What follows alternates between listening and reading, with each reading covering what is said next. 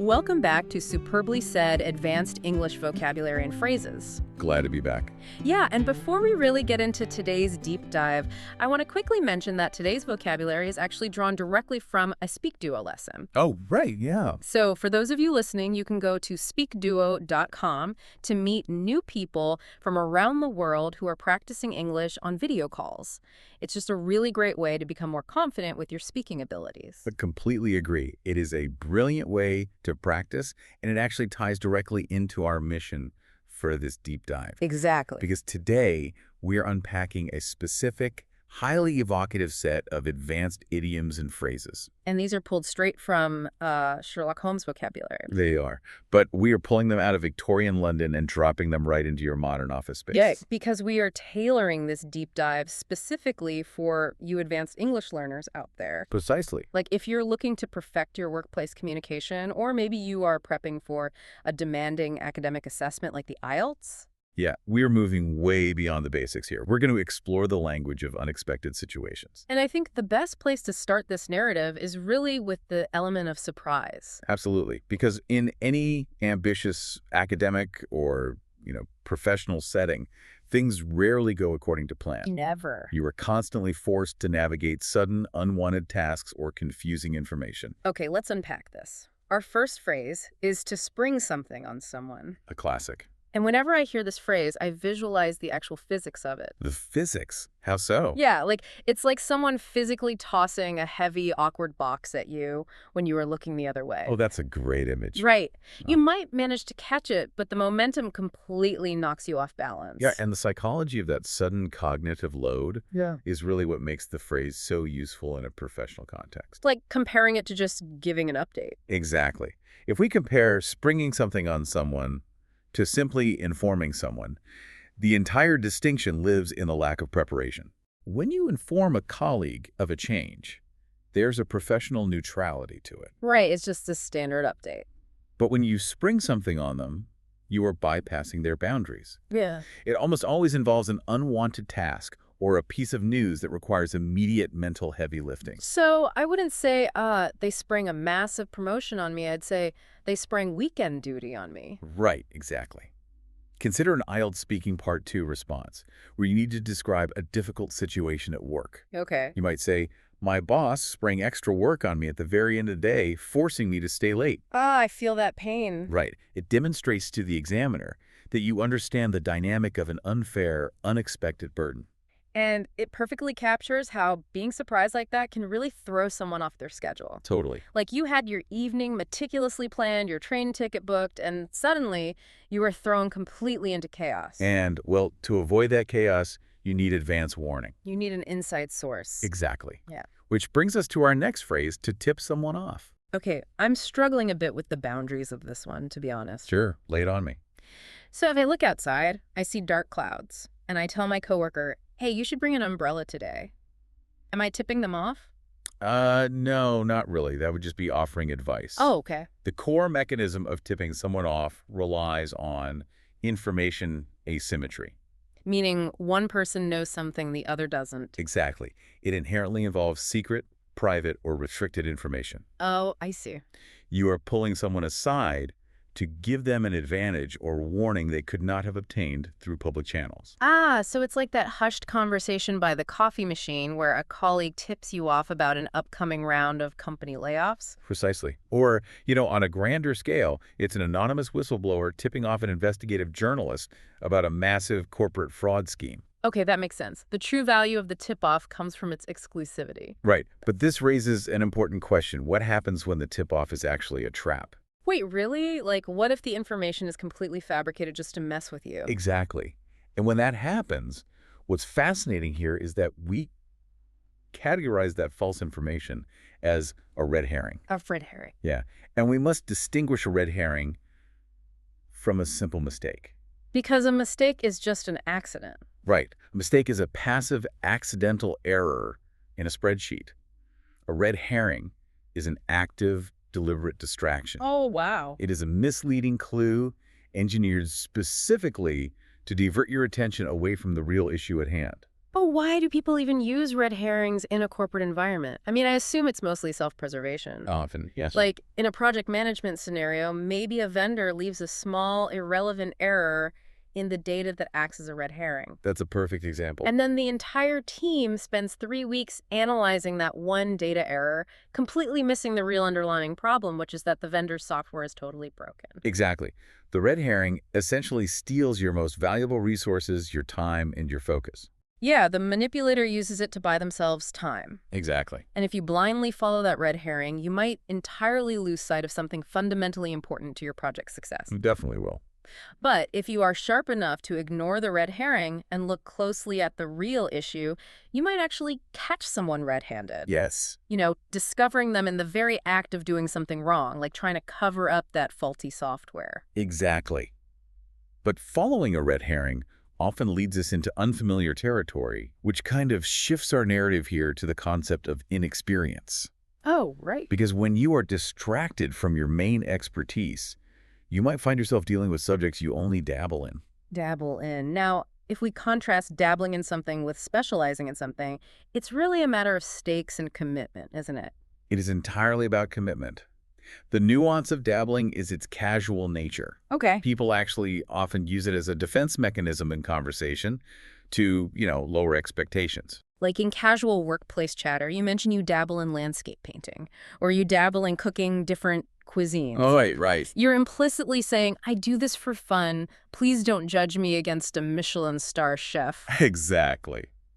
But the danger arises when that casual interest is suddenly thrust into a high-stakes environment. Is there a danger to dabbling? Like, what happens when it becomes a requirement? Well, imagine you tell your boss you dabble in Excel, and suddenly they spring a massive financial modeling project on you. Oh, no, that sounds terrifying. It is, and that is the exact threshold where you transition from dabbling to being out of one's depth. Out of one's depth. Yeah.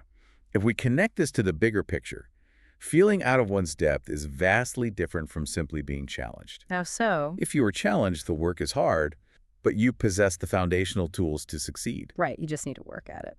But if you are out of your depth, you are in a situation that is fundamentally beyond your current ability or experience. I always picture walking out into the ocean on a hidden sandbar. Oh, that's a good analogy. You're fine, the water's just at your knees, you feel confident, and then you take one single step forward, and the ground just vanishes into a deep trench. Yes. The panic is immediate. That visceral reaction is exactly what the idiom conveys. Wow. In an IELTS context, you might describe a scenario where a junior financial analyst felt entirely out of her depth during a complex international negotiation. Because she didn't just find it difficult. Right. She lacked the vocabulary and experience to even participate. Or imagine signing up for an advanced coding class because you dabbled in HTML 10 years ago, and suddenly you are completely baffled by the terminology. Right. You're staring at the screen, completely paralyzed, until you finally swallow your pride and ask the instructor for help. Yes, asking for help is key. Because once you get that help, you can finally regain your confidence. And swallowing your pride like that leads us directly to the moment of truth. When you are out of your depth, or when a project has been derailed by red herrings, you eventually reach a point where concealment is simply no longer possible. You have to come clean. You have to lay something bare. Lay something bare. Now, how is laying something bare genuinely different from just mentioning a problem during a weekly stand-up meeting? It's a huge difference. To lay something bare means to expose the full, unvarnished reality for everyone to see. Oh, so stripping away all the polite corporate euphemisms. Exactly. Mentioning a problem is saying, we are experiencing some budget constraints. Softening the blow. Right. Laying it bare is putting the raw financial spreadsheets on the screen and saying, we are bankrupt, and here is exactly where the money went. Oh, wow. It's an intense, vulnerable action. Very much so. It's like the rigorous audit that lays a company's deep-rooted toxic culture bare. Yes. Or if you were personally caught in the crossfire, you might have to lay all your emails and facts bare to clear one's name from false accusations. It is the ultimate exposure. But what's fascinating here is that laying the truth bare rarely provides an instant resolution. It doesn't just fix things immediately. No, it usually triggers a long period of waiting. Which brings us to the phrase, keeping a weary vigil. Okay, here's where it gets really interesting. Because waiting is rarely passive. Not at all. After the truth is out, you usually have to wait for the fallout. Exactly. And if we contrast keeping a weary vigil with simply waiting, the distinguishing factor is the profound exhaustion combined with hypervigilance. So you aren't just killing time reading a magazine in a waiting room. No, you are anxiously watching for a specific high-stakes outcome, and the act of watching is physically and emotionally draining you. Like the university student, keeping a weary vigil overnight, refreshing the browser every 5 minutes, waiting for those make-or-break final exam results to be posted. That's a perfect example. Or it's a family maintaining a weary vigil outside a hospital room. The emotional toll is just massive. It truly is. But wait, let me push back on this a bit. What if the wait never ends? At what point does the vigil stop being noble patience and start becoming a trap? That is the dark side of this dynamic. Yeah. It happens when you realize you are being strung along. Strung along. Yes, we have to contrast stringing someone along with a genuine delay. Because a delay is logistical, right? Exactly. The server crashed, the shipment was held up at customs. The critical nuance of stringing someone along is the intentional psychological manipulation. It relies on intermittent reinforcement, doesn't it? Absolutely. Just giving you enough hope to keep you on the hook. Exactly that. It is keeping someone believing a false narrative rather than giving them a flat, honest rejection. The worst. It's the unethical real estate developer stringing investors along, promising that the building permits are coming next week for 6 consecutive months. Wow. Or a vendor who guarantees a delivery date they internally know they will never meet just to secure the contract. Yeah.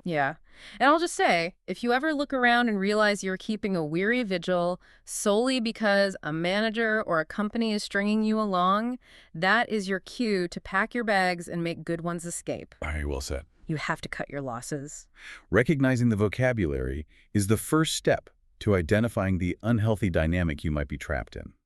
So what does this all mean for you, the listener? We have mapped out an entire professional disaster here. We really have. We've gone from springing surprises to needing tip-offs, getting distracted by red herrings, realizing we just dabble and are out of our depth, finally laying the truth bare, keeping a weary vigil, and hoping we aren't being strung along. Quite the journey. It really is.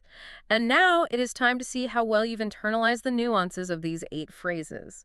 We are going to test your memory with an 8-question multiple-choice quiz. This is where you lock in the advanced comprehension. Here is how the quiz will work. I am going to read the question text, and then I will clearly announce option A, option B, and option C while reading their text. Pay close attention to how the phrase is used in each one. Exactly. I'll prompt you to pause, and then we will immediately break down the answer before moving to the next one. Let's dive right in. Let's do it. Question 1. Which sentence uses the phrase, spring something on someone, correctly based on context? Option A.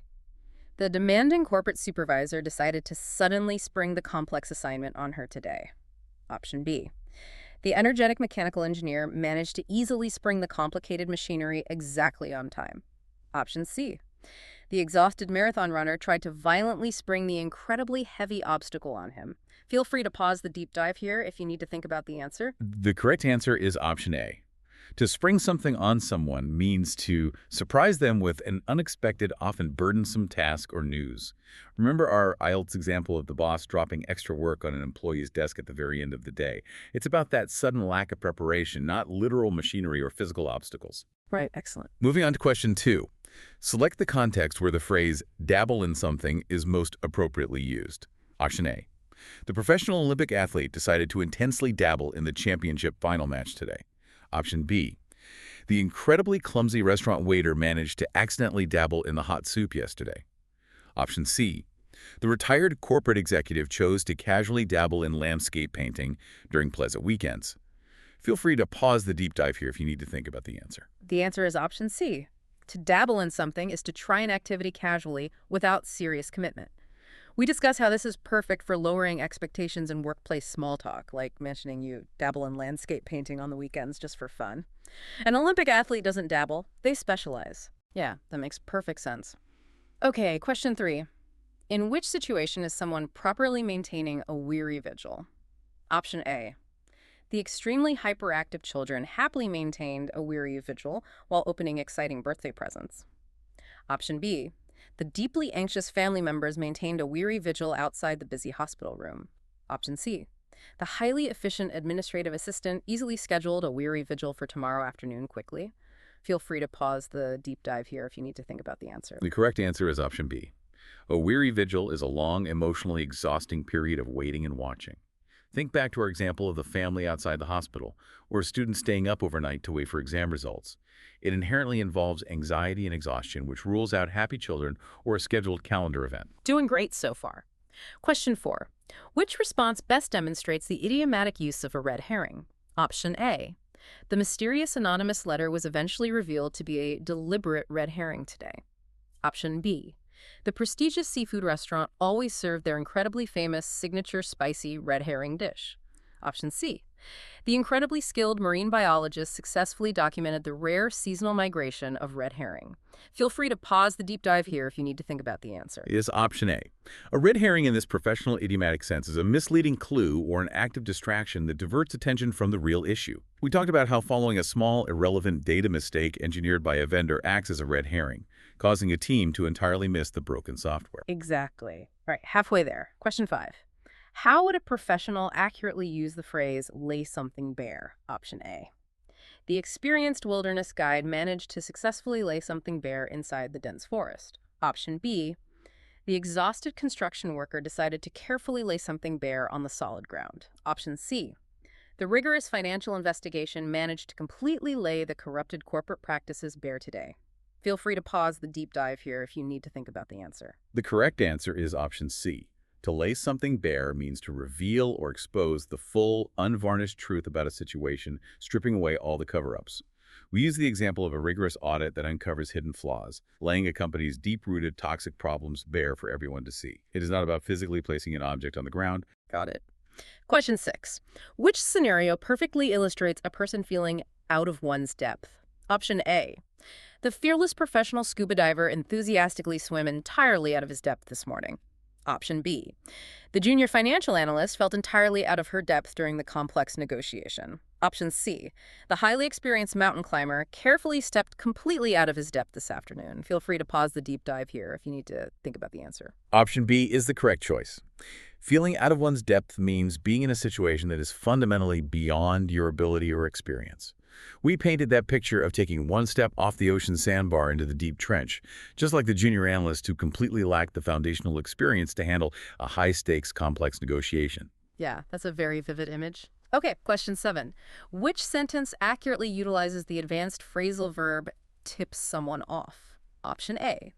An anonymous corporate whistleblower managed to confidentially tip the investigative journalist off about fraud. Option B. The incredibly clumsy restaurant customer accidentally managed to tip the expensive glass off today. Option C. The generous international hotel guest decided to quietly tip the helpful bellboy off today. Feel free to pause the deep dive here if you need to think about the answer. The correct answer is option A. To tip someone off means to give them a secret warning or restricted piece of information. Remember our example of a coworker sharing insider knowledge about upcoming layoffs or a whistleblower exposing fraud. It is about information asymmetry, not physically knocking over a glass or handing money to a bellboy. And finally, question 8. Which of the following statements correctly uses string someone along? Option A. The creative elementary teacher decided to happily string the colorful beads along the wire. Option B. The unethical real estate developer continued to shamelessly string the hopeful investors along indefinitely. Option C. The talented professional musician started to skillfully string the expensive guitar along the stage. Feel free to pause the deep dive here if you need to think about the answer. The answer is option B. To string someone along is to keep them waiting by giving them false hope, relying on psychological manipulation rather than honest intentions. We contrasted this with the simple logistical delay.